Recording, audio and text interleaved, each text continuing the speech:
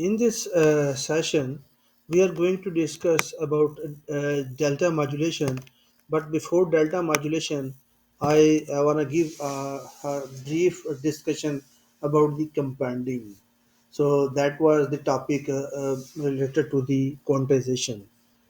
So what does companding mean? So it is basically a compound word which consists on two different words. So that is compression uh, and expansion.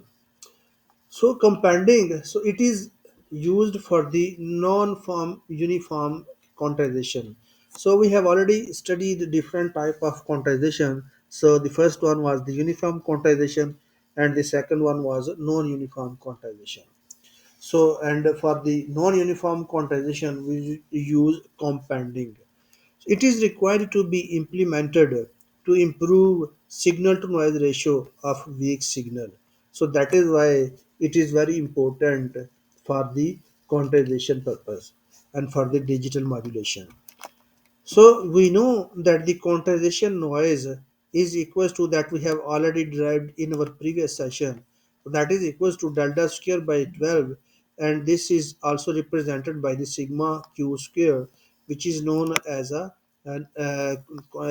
which is known as the quantization noise, and that is usually constant if you discuss about the uniform quantization.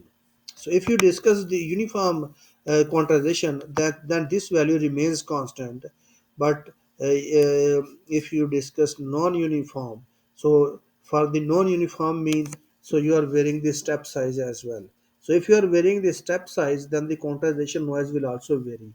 So it means that if the size of the step is low, then the quantization noise is low. So if the quantization noise is low, so it means that you are improving the SNR, because we know that the signal to noise ratio is basically the ratio of the power as signal power to the noise power.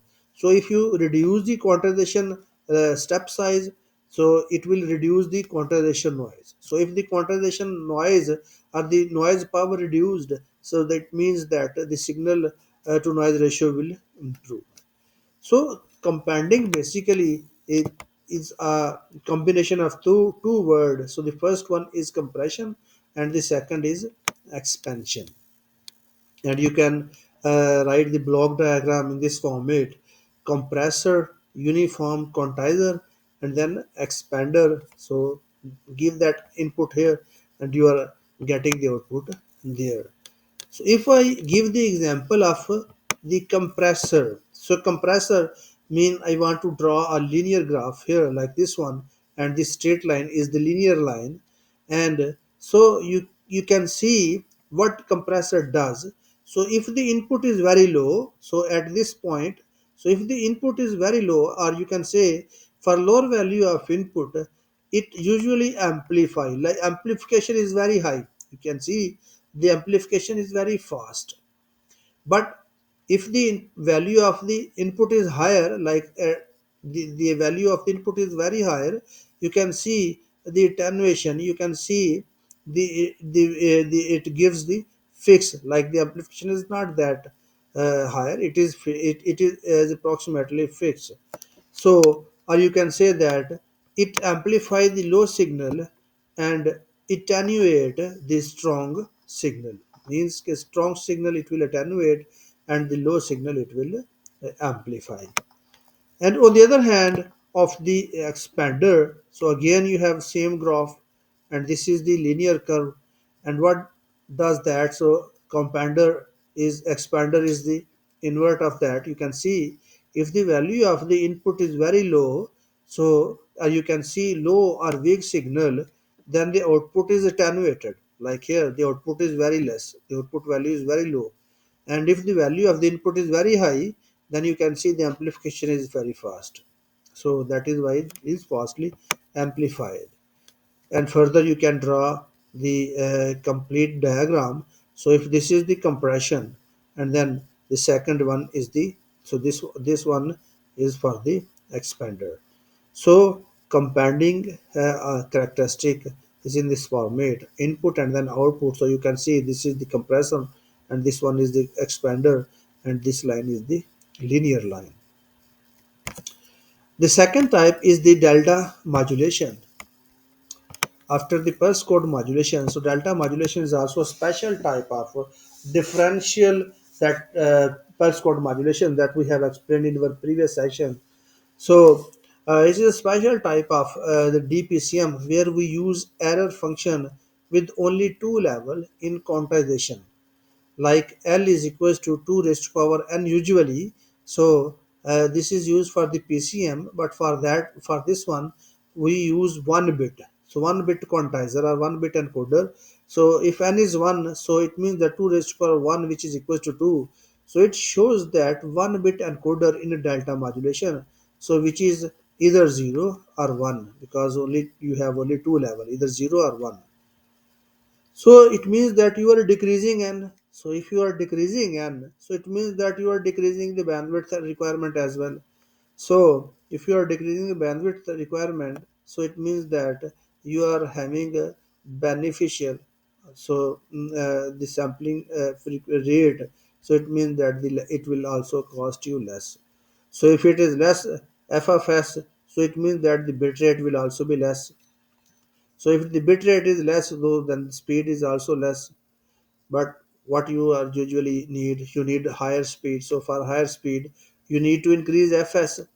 So if you increase fs, your speed will be more. So it means that if you increase the speed, so it means that you are increasing the bit rate. But you can play with the fs, but you can fix the levels so that you can minimize the cost. So you can minimize the cost as well. Like if you have PCM and after that differential PCM and then delta modulation. So for the PCM, all samples are encoded. For the differential, encoding the difference samples. So what does that mean? You are saving the bandwidth. For the delta modulation, you save more bandwidth. Why? Because the quantization one step. So encoder encode the error signal, and then you can compare. You can compare how you can compare, like if the signal level is bigger than the encoded level, then you have the positive step size. But if the input level is less than the encoded value, then you have a negative step size, because delta modulation you have either positive step size or negative step size. So you have either positive step size or negative step size. Why? Because you are using 1 bit to encode. So 1 bit quantization. So let's discuss about its working. In differential PCM, the error signal is quantized and coded based on quantized output. The length of the encoded bit for each sample will differ. And to reduce the transmitted bits, like 1 bit quantizer is used in data modulation. And the condition is that step size, which is delta, that should be either positive or negative based on the error signal. Like what error signal mean? The difference between the x cap and x. So this is the analog signal x of t.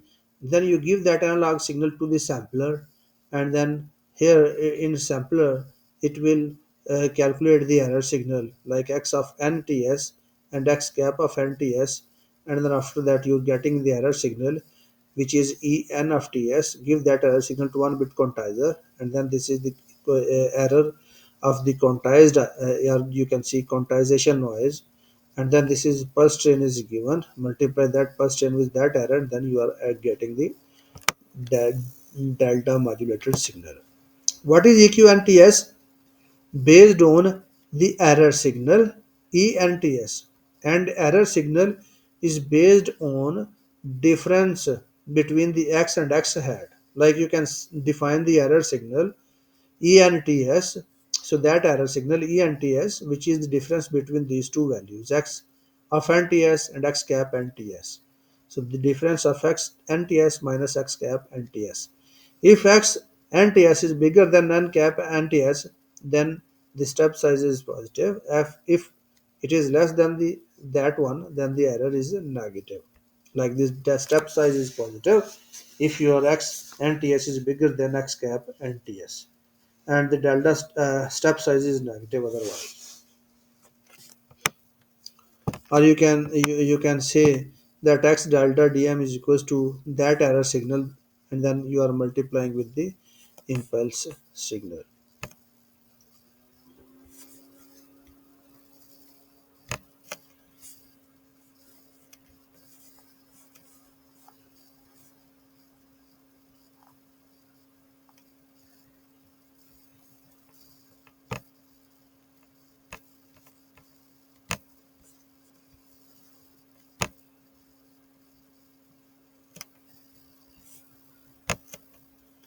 Like if you want to write the same thing in the form of pulse so that you can better understand.